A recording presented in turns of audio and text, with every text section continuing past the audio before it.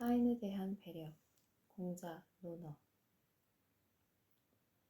동방예의 지국. 이제는 너무나 익숙해서 아무런 거리낌도 없이 사용하는 말이다. 이것은 우리가 예의를 중시한다는 자긍심의 표현이라고 할 수 있다. 그래서 그런지 지하철이나 버스와 같은 공공교통수단에는 어김없이 노약자 지정석이 마련되어 있다. 나이가 드신 어른이나 임산부와 같은 사회적 약자들을 배려하는 제도이다. 그렇지만 때때로 과연 이런 제도가 윤리적인 것인지를 생각해보면 의구심이 드는 것도 사실이다. 윤리란 타인에 대한 주체의 애정이나 배려, 그리고 주체의 자율적인 결단을 전제해야만 가치가 있기 때문이다. 만약 제도 자체가 우리에게 타인을 배려하는 자율적인 행동을 불가능하게 만든다면 이 제도는 아무리 취지가 좋아도 윤리적일 수 없다.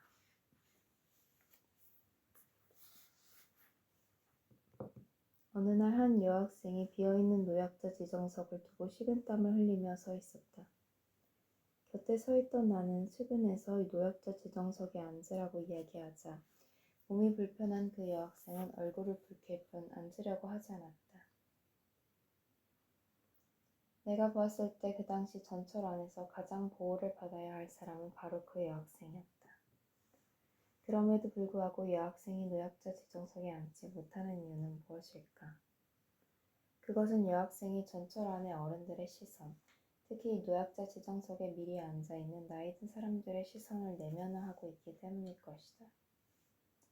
결국 이 여학생이 노약자 지정석에 편안히 앉지 못하도록 한 것은 그녀보다 나이가 든 어른들이었던 셈이다. 간혹 나는 노약자 지정석에 앉아있는 젊은이를 야단치며 그 자리에 앉는 나이 든 사람을 본다. 이 노인에게는 노인들을 위한 자리에 젊은이가 앉아서는 안 된다는 당당함이 엿보인다. 노인은 젊은이가 몸이 불편한지를 헤아려 보는 노력조차 하지 않는다. 결국 일어나라고 야단을 치는 노인이나 무엇에 쫓긴 듯이 자리를 뜨는 젊은이에게는 윤리적이라고 헤아릴 만한 데가 전혀 없다. 두 사람 사이에는 타인에 대한 배려나 애정이 없기 때문이다. 대부분 나이 든 사람들은 젊은이들을 야단칠 때 요즘 젊은 것들은 예의도 몰라라고 혀를 끌끌 찬다. 이렇게 한탄하면서 그들의 뇌리에는 한 명의 사상가, 즉 공자가 스치고 지나갈 것이다.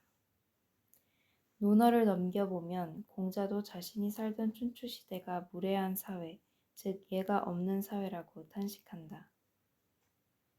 그렇다면 예를 중시했던 공자는 노약자 지정석에 피곤한 몸으로 앉아있는 젊은이를 보았을 때 어떻게 행동했을까? 다행스러운 것은 이런 의문의 실마리를 제공하는 구절이 논어에 등장한다는 점이다. 공자가 태묘에 들어갔을 때 일일이 물어보았다. 어떤 사람이 말했다. 누가 저런 추인의 아들이 예를 안다고 했는가? 태묘에 들어가서 일일이 묻고 있다니. 공자가 이 말을 듣고 말했다. 이렇게 하는 것이 바로 예다. 논어 8일. 태묘란 예를 만들었다는 주공의 묘를 가리킨다. 당시 공자는 예에 대해 가장 정통한 사람으로 중원의 이름이 높았다. 그럼에도 불구하고 태묘를 참배할 때 그는 모든 참배의 절차를 태묘의 관리인에게 일일이 물어보았던 모양이다. 공자의 이런 모습을 보고 누군가는 조롱한다. 예를 잘 안다고 해서 공자를 보러 왔더니 공자는 오히려 태묘 관리인보다 예를 모른다고 판단했기 때문이다. 아마 공자를 따르던 제자가 이 말을 듣고 불맨소리를 했나 보다.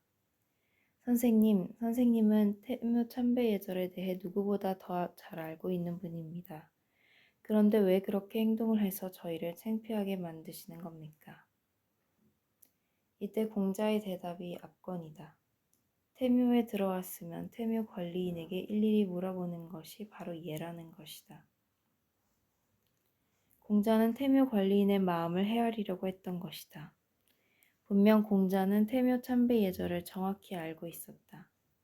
그렇지만 만약 공자가 관리인보다 태묘에서 예를 더 잘 안다는 듯이 행동한다면 태묘 관리인의 입장은 무엇이 되겠는가? 어차피 태묘를 지속적으로 관리할 사람은 공자가 아니라 그 관리인이다.